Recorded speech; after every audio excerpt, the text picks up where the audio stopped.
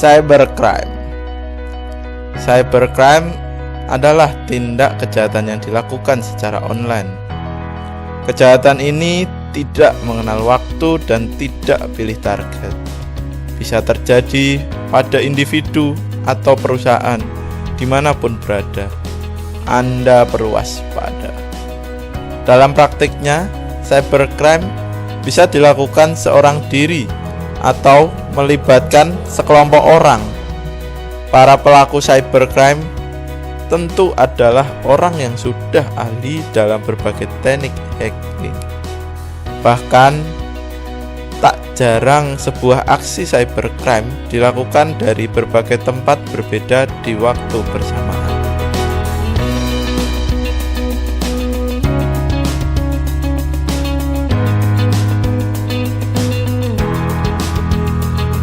Jenis-jenis cybercrime. Kita akan mempelajari jenis-jenis cybercrime yang sering kita jumpai. 1. Identity theft. Sesuai namanya, jenis cybercrime berupa aksi pencurian identitas. Pelaku akan melakukan teknik peretasan pada website korban. Mereka akan mengakses server website untuk mendapatkan informasi pribadi yang tersimpan. Identity theft akan cenderung menyasar toko online, website membership, dan jenis website lain yang menggunakan data pelanggan dalam proses layanannya. Contoh kasus yang kerap terjadi adalah pencurian identitas menggunakan sayembara online. Tergiur iming-iming hadiah yang besar, korban mengisi data diri di sebuah website. Ternyata undian sayembara tidak pernah ada. Namun, data diri korban sudah terlanjur dimiliki perilaku kejahatan. 2. Carding. Carding adalah jenis cybercrime yang berupa pembobolan kartu kredit. Pelaku kejahatan mencuri data informasi kartu kredit dan menggunakan untuk kepentingan pribadi. Dampak dari carding ini cukup merugikan, sebab jika tidak cepat disadari, pemilik kartu kredit harus membayar tagihan besar atas belanja yang tidak dilakukan, kadang dalam jumlah yang sangat-sangat besar. Bagaimana pelaku bisa melakukan carding? Ada banyak cara. Bisa dengan phishing, memasang malware di toko online, atau membeli informasi dari gelap internet. Yang ketiga ada corporate data theft. Corporate data theft mirip dengan identity theft. Bedanya, jenis cybercrime ini menyasar data perusahaan. Pelaku meretas situs perusahaan, kemudian mencuri data-data yang penting. Data-data perusahaan yang berhasil didapatkan bisa dimanfaatkan untuk kepentingan pribadi. Misalnya, untuk bisa mengaksesnya tanpa hak. Bisa juga data tersebut dijual di pasar gelap dengan harga tinggi. Bentuk kejahatan online ini juga pernah dialami oleh salah satu perusahaan besar, yaitu Canva. Situs desain grafis ini berhasil diretas sehingga 139 juta data pelanggan terancam. Artinya, dalam satu aksi saja, pencuri bisa mendapatkan banyak data untuk digunakan melakukan tindak kejahatan.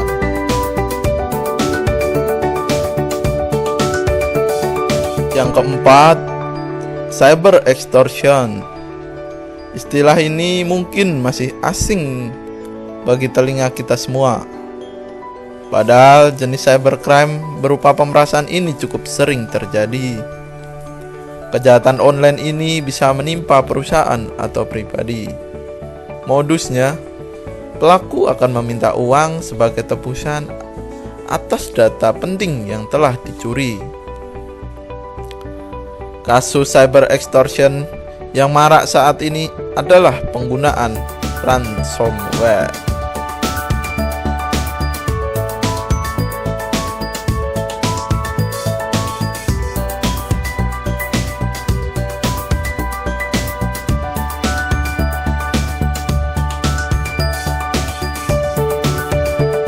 Bahkan pada kasus domino, peretas meminta tebusannya sangat besar, yaitu 30.000 euro agar data 650.000 pelanggan domino tidak disebarluaskan.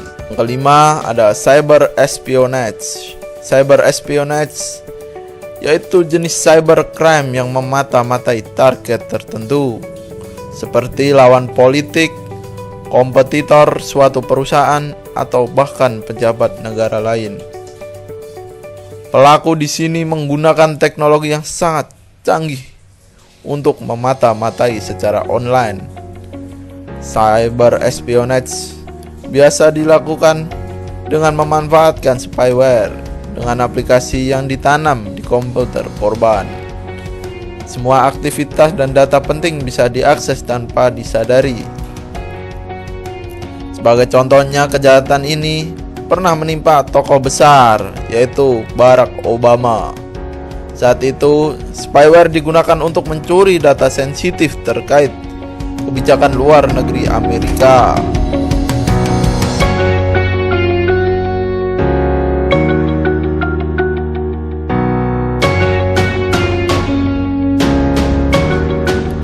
Kerugian yang ditimbulkan dari cybercrime.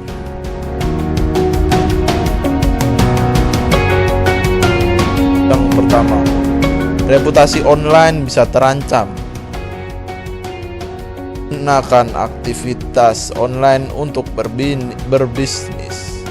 Jika menjadi korban, bisa jadi bisnis online Anda akan kehilangan kepercayaan pelanggan. Kedua, kehilangan data penting. Salah satu kerugian terbesar cybercrime adalah kehilangan data. Hal ini bisa terjadi pada akun pribadi maupun website yang menyimpan data pribadi pelanggan. Cybercrime selalu mencari celah agar dapat mencurinya. Yang ketiga, kerusakan software dan sistem komputer.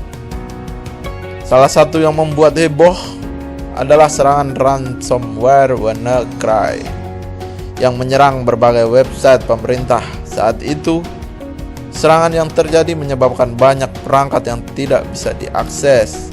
Aksi ini terutama terjadi pada sistem operasi yang rentan, baik yang sudah lawas maupun yang versi bajakan. Keempat, kerugian finansial juga menjadi dampak yang terbesar yang disebabkan oleh cybercrime. Bentuk aksinya bisa bermacam-macam, mulai dari phishing hingga extortion. Berdasarkan penelitian Frost and Sullivan yang diprakarsai Microsoft pada tahun 2018, kejahatan cyber di Indonesia bisa menyebabkan kerugian mencapai 478 triliun. Cara terhindar dari cybercrime.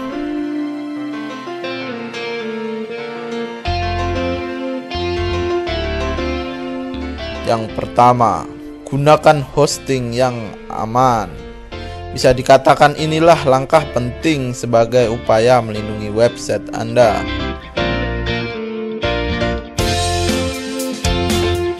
Yang kedua, rajin update. Rajin melakukan update bisa menjadi cara terhindar dari cybercrime, baik update pada sistem operasi maupun pada sistem manajemen website Anda. Yang ketiga, pasang SSL. Tiap paket data yang ditukar antar website Anda dengan pengunjung yang mengaktifkan SSL akan dilindungi oleh teknik enkripsi paling mutakhir. Yang keempat, two-factor authentication. Metode keamanan yang memungkinkan website melakukan verifikasi pengguna secara real time dengan kode unik yang dibuat saat itu juga. Yang kelima, Gunakan password dengan kombinasi angka, huruf, dan juga simbol. Yang keenam, hati-hati dalam membuka email.